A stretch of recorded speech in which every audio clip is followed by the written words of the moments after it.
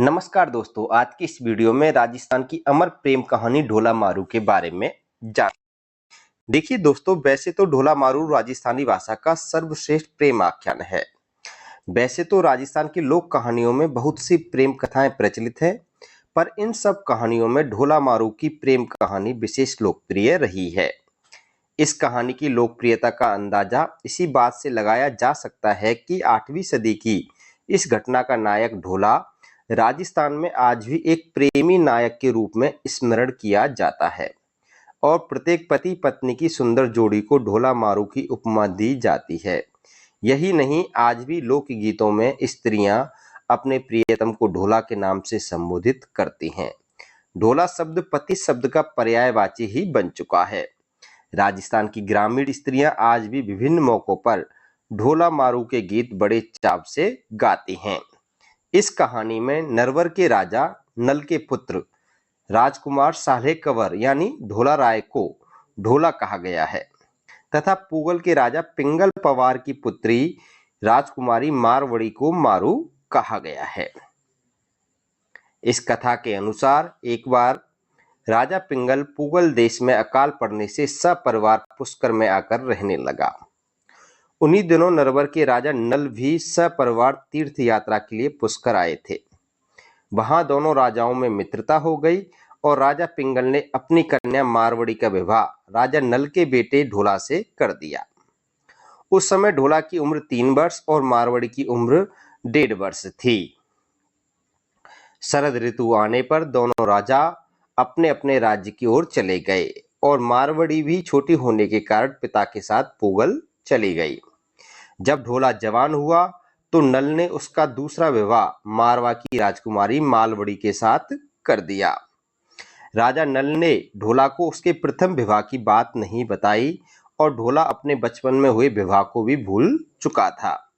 इधर जब मारवड़ी बड़ी हुई तो उसके पिता ने ढोला को बुलाने के लिए कई दूत भेजे, किंतु ढोला की दूसरी रानी मालवड़ी को ढोला की पहली शादी का पता चल गया था और उसे यह भी पता चल गया था कि मारवड़ी जैसी बेहद खूबसूरत राजकुमारी कोई और नहीं।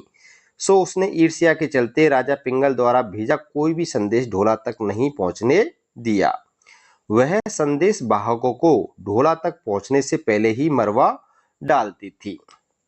एक बार नरवर से घोड़ों के व्यापारी पूगल आए। उन्होंने ढोला के दूसरे विवाह की बात राजा पिंगल को बता दी। उधर मारवड़ी के अंकुरित यौवन ने अपना रंग दिखाना शुरू कर दिया। एक दिन उसे स्वप्न में अपने प्रियतम ढोला के दर्शन हुए। उसके बाद वह ढोला के वियोग में जलती रही। उसे ना खाने में रुचि रही, ना ही किसी और कार्य में। उसकी हालत देख उसकी मां ने राजा पिंगल से ढोला को फिर से संदेश भेजने का आग्रह किया। इस बार राजा पिंगल ने सोचा कि संदेश वाहक को तो मालवड़ी मरवा डालती है, इसलिए इस बार क्यों ना किसी चतुर ढोली को नरवर भेजा जाए जो गाने के बहाने ढोला तक संदेश पहुंचा उसे मारवड़ी के साथ हुई शादी की याद दिला दे। जब ढोली नरवर के लिए रवाना हो रहा था तब मारवड़ी ने उसे अपने पास बुलाकर मारू राग में दोहे बनाकर दिए और समझाया कि कैसे ढोला के सम्मुख जाकर गाकर सुनाना है। ढोली यानी गायक ने मारवड़ी को वचन दिया कि वह जीता रहा तो ढोला को जरूर लेकर आएगा और मर गया तो वहीं का होकर रह जाएगा। चतुर ढोली याचक बनकर किसी तरह नरवर में ढोला के महल तक पहुंचने में कामयाब हो गया और रात होते ही उसने ऊंची आवाज में गाना शुरू किया। उस रात बादल छा रहे थे। अंधेरी रात में बिजलियां चमक रही थीं। झिड़ी झिड़ी पड़ती वर्षा की फुहारों के शांत वातावरण में ढोली ने मल्हार राग में गाना शुरू किया। ऐसे सुहाने मौसम में ढोली की मल्हार राग का मधुर संगीत ढोला के कानों में गूंजने लगा और ढोला फन उठाए नाग की भांति राग पर झूमने लगा। तब ढोली ने साफ शब्दों में गाया कि आखड़िया डंबर वही नैन गमाया रोए, क्यों साजड़ परदेश में रहिया विंडाड़ा होए। यानी अर्थात आंखें लाल हो गई हैं, रो रो कर नैन गवा दिए हैं, साजन परदेश में क्यों पराए हो गए हो। ठीक है। फिर उसके बाद में दूसरा दोहा गाया उन्होंने, दुज्जड़ बयड़ना सांवरी माना नी वीसा रहे, कुंजा लाल बचा ज्यूं खिड़खिड़ चीता रे। यानी अर्थात बुरे लोगों की बातों में आकर उसको यानी मारवाड़ी को मन से मत निकालो। कुर्जा पक्षी के लाल बच्चों की तरह वह छड़छड़ आपको याद करती है। आंसुओं से भीगा चीर निचोड़ते निचोड़ते उसकी हथेलियों में छाले पड़ गए हैं। उसके बाद में जो नेक्स्ट दोहा था वो ये था कि जेथू साइवा ना आवियो सावण पहली तीज, बीजल तड़े झबूकड़े मूंद मरे सी खींच। अर्थात यदि सावन की तीज से पहले नहीं गए तो वह मुग्धा बिजली की चमक देखते ही खींचकर मर जाएगी। आपकी मरुवण के रूप का बखान नहीं हो सकता, पूर्व जन्म के पुण्य करने वालों को ही ऐसी स्त्री मिलती है। उसके बाद नेक्स्ट दोहा गाया गया कि नमणी खमणी बहुगुड़ी सुकोमली सुखच्छ, गोरी गंगा नीड़ जूं मन गर्वी तन अच्छ। अर्थात बहुत से गुणों वाली, क्षमाशील, नम्र व कोमल है, गंगा के पानी जैसी गोरी है और उसका मन और तन श्रेष्ठ है।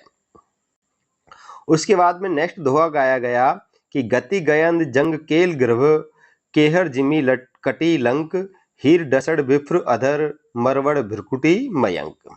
अर्थात हाथी जैसी चाल, हीरों जैसे दांत, मूंगसरी के होठ, आपकी मारवड़ी की सिंघों जैसी कमर है, चंद्रमा जैसी भौहें हैं। उसके बाद में नेक्स्ट दोहा जो गाया गया वो ये है कि आदिता हूं उजलो मारूड़ी मुख व्रण, झींडा कपड़ा पैरडा ज्यों झांकी सो व्रण। यानी अर्थात मारवाड़ी का मुंह सूर्य से भी उजला है, झीड़े के कपड़ों में से शरीर यूं चमकता है मानो स्वर्ण झांक रहा हो। यानी इस प्रकार बहुत सारे दोहे उस ढोली के द्वारा गाए गए। इस प्रकार के गीत में पूगल व मारवाड़ी का नाम सुनते ही ढोला चौंका और उसे बालपन में हुई शादी की याद ताजा हो गई। ढोली ने तो मल्हार व मारू राग में मारवाड़ी के रूप का वर्णन ऐसे किया जैसे पुस्तक खोलकर सामने रख दी हो। उसे सुनकर ढोला तड़प उठा। डाड़ी यानी ढोली पूरी रात गाता रहा। सुबह ढोला ने उसे बुलाकर पूछा तो उसने पूगल से लाया मारवाड़ी का पूरा संदेश सुनाते हुए बताया कि कैसे मारवाड़ी उसके वियोग में जल रही है। आखिर ढोला ने मारवाड़ी को लाने हेतु पूगल जाने का निश्चय किया, पर मारवाड़ी ने उसे रोक दिया। ढोला ने कई बहाने बनाए पर मारवाड़ी उसे किसी न किसी तरह रोक देती। पर एक दिन ढोला एक बहुत तेज चलने वाले ऊंट पर सवार होकर मारवाड़ी को लेने चल ही दिया और पूगल पहुंच गया। पूगल में ढोला का बड़ा स्वागत हुआ। कई दिनों तक मारू और ढोला पूगल में एक साथ रहे और अंत में मारवाड़ी को ढोला के साथ विवाह विदा कर दिया गया। मार्ग में एक पड़ाव पर मारवाड़ी को सांप ने काट खाया और मारवाड़ी मर गई। ढोला मारवाड़ी की चिता बनाकर उसी के साथ जलने को उद्यत हुआ, किंतु उसी समय भगवान शिव और पार्वती वहां आ गए और उन्होंने मारवाड़ी को जीवित कर दिया। इसके बाद आगे बढ़ने पर मार्ग में ढोला उमर सुमरा के षड्यंत्र में फंस गया।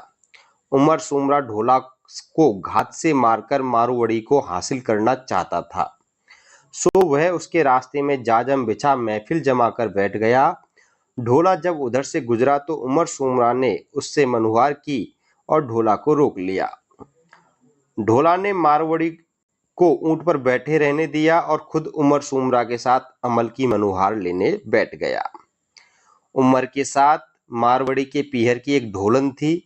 उसने गीत गाकर मारवाड़ी को चेता दिया कि उसके साथ धोखा होने वाला है।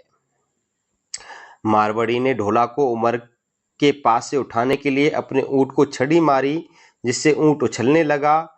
ढोला ऊंट को शांत करने के लिए आया तो मारवाड़ी ने उससे उमर के कपट की बात कही। इस पर ढोला और मारवाड़ी ऊंट पर बैठकर भाग खड़े हुए और उमर ने उनका पीछा किया, किंतु उसे हताशा हाथ लगी। अंत में ढोला और मरवर दोनों नरवर प्रदेश पहुंच जाते हैं। ढोला मारवाड़ी के साथ हुई नोक झोंक का समाधान करता है और अंत में मारवाड़ी के साथ आनंद पूर्वक जीवन व्यतीत करता है। इस प्रकार इस प्रेम कहानी का एक सुखद अंत होता है। वीडियो अच्छी लगी तो वीडियो को लाइक करिएगा, शेयर करिएगा। आप हमारे चैनल पर नए हो तो चैनल को सब्सक्राइब करिएगा। ऐसे कंटेंट हम आपके लिए लाते रहेंगे। फिर मिलेंगे नेक्स्ट अगली वीडियो में, तब तक के लिए अलविदा, बाय बाय।